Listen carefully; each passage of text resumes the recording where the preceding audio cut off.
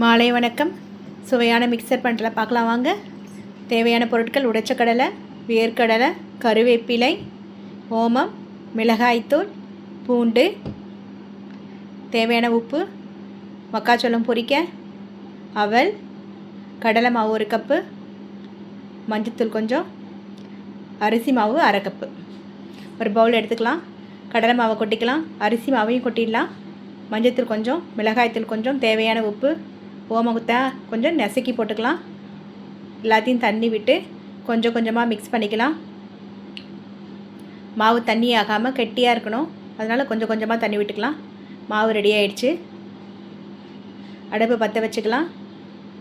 எண்ணெய் கடாயை வச்சுட்டு கொஞ்சம் எண்ணெய் ஊற்றிக்கலாம். பொரிக்க தேவையான எண்ணெய் ஊற்றிட்டு எண்ணெய் காஞ்ச உடனே முதல்ல கருவேப்பிலை போட்டு எடுத்துக்கிறேன். அந்த ஃப்ளேவர் இறங்கணுன்றதுனால முதல்ல கருவேப்பிலை பொரிச்சுக்கிறேன். அடுத்தது பூண்டு கருகாமல் நல்லா பொரித்து எடுத்துக்கிறேன். பொன்னிறமாக தட்டில் மாற்றிட்டு வேர்க்கடலையை நல்லா பொரித்து எடுத்துக்கிறேன்.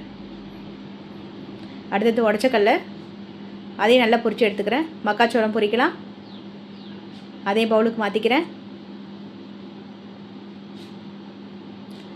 அடுத்து அவலை பொரித்து எடுத்துக்கிறேன். ஓம மாவு பிசைஞ்சு ரெடியாக இருக்குல்ல, அது ஓமம் விட்டுக்கலாம். ஓமம் ரெடி ஆகிடுச்சு. ஓமப்பொடி, அந்த ஓமப்பொடி மாவை இன்னும் கொஞ்சம் தண்ணியை கரைச்சிட்டு கொஞ்சமாக காராப்பந்தி விட்டுட்டேன். எல்லாத்தையும் ஒரு பவுலில் மாற்றிட்டு நல்லா நொறுக்கி போட்டுக்கலாம். எல்லாம் அவல், ஓமப்பொடி, வேர்க்கடலை, உடச்சக்கடலை, மக்காச்சோளம் எல்லாத்தையும் பவுலில் கொட்டிட்டு பூண்டு, கருவேப்பிலை லாஸ்ட்டில் போட்டுக்கலாம். தேவையான அளவு உப்பு, கொஞ்சம் மிளகாய்த்தூள், எல்லாத்தையும் போட்டு நல்லா கலந்துக்கலாம். எல்லாத்தையும் போட்டுட்டு நல்லா ஒன்றோட ஒன்று உரவாக்கிக்கலாம். நல்லா கலந்து விட்டுக்கலாம். சுவையான மிக்சர் ரெடி ஆகிடும். பசங்க வீட்டில் இருந்து ஸ்நாக்ஸ் எல்லாம் கேட்டாங்கன்னா நம்ம வீட்லேயே நல்லா சுவையான மிக்சர் ரெடி பண்ணிக்கலாம். மிக்சர் ரெடி, ட்ரை பண்ணி பாருங்கள்.